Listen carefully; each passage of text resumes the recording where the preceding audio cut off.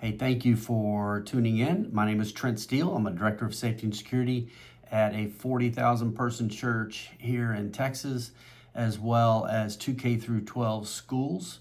Also a retired Secret Service agent who is a big believer in that we can take what I knew as a Secret Service agent, how to protect presidents, future presidents, and former presidents, and translating that into securing your businesses, schools, as well as places of faith, churches.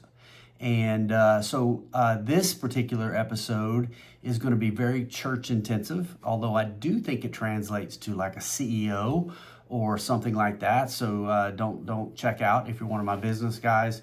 And even at schools, if we have large events where we have perhaps a superintendent or principal up on stage.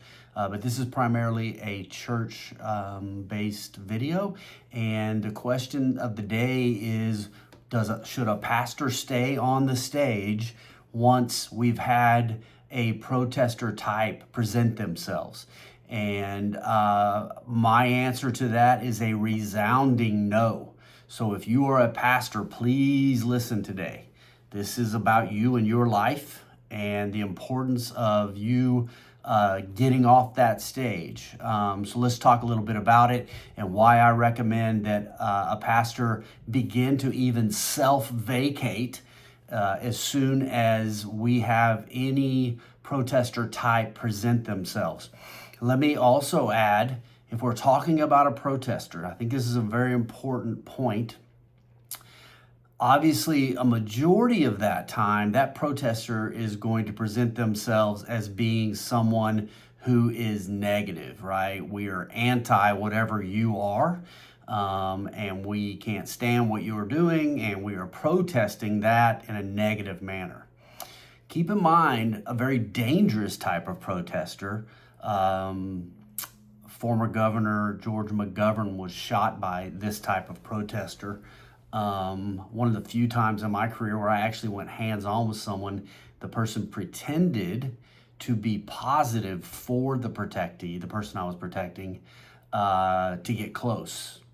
And then they tried to attack. And so my recommendation is that you keep in mind that just because the words coming out of the person's mouth are positive, that does not mean it's a safe situation, okay? So what we all have to agree on first and foremost is that in a sermon, once a pastor or a priest has begun a homily or a pastor has begun his sermon, whatever your denomination is, once that pastor's up there and has begun to speak and teach, it is not normal for someone to get up, stand up, and begin to make a scene of any kind. We have to all agree on that. That's not normal, right? As a matter of fact, it immediately creates in you as a bystander what's called normalcy bias, which is you begin in your mind to try and tell yourself why someone would do this, why it's normal for a moment. You, as someone that's in security, has to kill that in you. You have to train yourself to trust that if someone's standing up and beginning to make a scene of any kind, that kill the normalcy bias. This is not normal. Things are now not normal. So that needs to relieve you of dealing with it, right? You don't have to worry about whether or not you're going to embarrass the pastor, embarrass yourself in front of a bunch of people. This is a hard thing. It's a hard thing for Secret Service agents to learn. It's a hard thing to actually go deal with it. That's why you got to train. If you'll check my other videos out, train yourself out of that normalcy bias and kill it pretty quickly.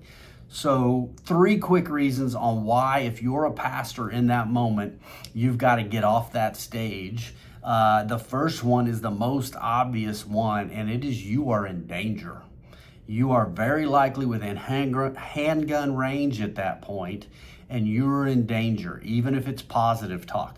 When you stand there and dialogue with that guy, you don't have any idea whether or not he's about to pull a pistol out, shoot at you.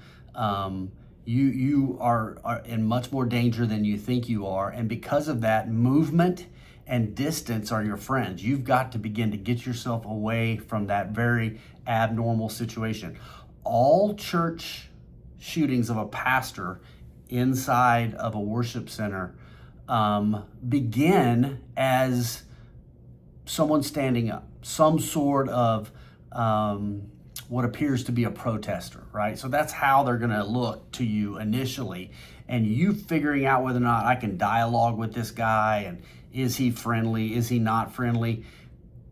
You can't afford that. Let me tell you why. I could give you a million examples. The one that really hurt me, really changed my soul, when I was an agent, I began to read after action reports, and there was a pastor in Illinois, I believe, named Fred Winters. I think he was like 45, had a couple daughters like I did at the time, and he had a guy stand up right in front of him, walk down the center aisle, stands right in front of him, and begins to dialogue with him. Instead of beginning to make a beeline for an angled exit out, he tries to dialogue with this guy. And eventually, a minute later, this guy pulls out a .45, shoots at Fred Winters, the pastor, who does what anybody would do, which was this, holds a Bible up because he had it in his hand, and the first round hit the Bible, shot what appeared to be confetti up in the air all over the place. So because everybody thinks normalcy bias, there's got to be a reason this guy's doing this, they assumed it was part of a skit. Even his security team, which was very minimal, thought it was a skit. So at that point, he, of course, knows it's not a skit, and instead of going away at angles, he jumped down and went straight out, which is called a fatal funnel in my world, and was shot and killed, lost his life. And so you are in much more danger than you think you are. You need to get off that stage and let the security folks deal with the person, figure it all out. You've got to survive this. You're the pastor. You've got to survive it. You got to bring the church back. The second reason, and one that I think is very important that you need to get out of there, is if a person has stood up and they are headed down to your pulpit, if you just leave, if you just turn around and walk away, and you're no longer there, then it's like a catcher picking up home plate and going to sit in the dugout, right? The runner has no idea what to do at this point, right? I've lost home plate. I don't even know how to score anymore. What do I do at this point? And then he begins to kind of shuffle about, and the next thing you know, he's got a security guy in his face. But if you just turn around and walk right off, the carrot is gone. There's no motivation for that guy to continue forward, and the rest of the security team can begin to deal with him, right?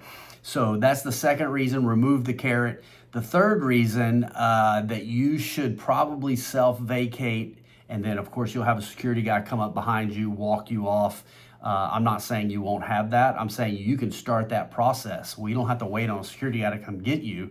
But if you begin to self-vacate, you may very well knock some of your security team out of the normalcy bias they're feeling, right? So if a guy gets up, begins to walk forward, is asking you, hey, can I get close or whatever? Hey, can I come up there and talk to you? That kind of a thing, even if it's positive, or he's screaming negative things at you. If you just turn around, because no one A, knows that it's a problem more than you do, Pastor, and B, no one knew that there was not supposed to be this in the sermon more than you did. If you just turn around and begin to walk away, your guys that are protecting you are going to say, okay, something's not right here. I got to go deal with this problem. You break them out of their own normalcy bias so that they can get in the fight quicker. Okay, so those are the three main reasons.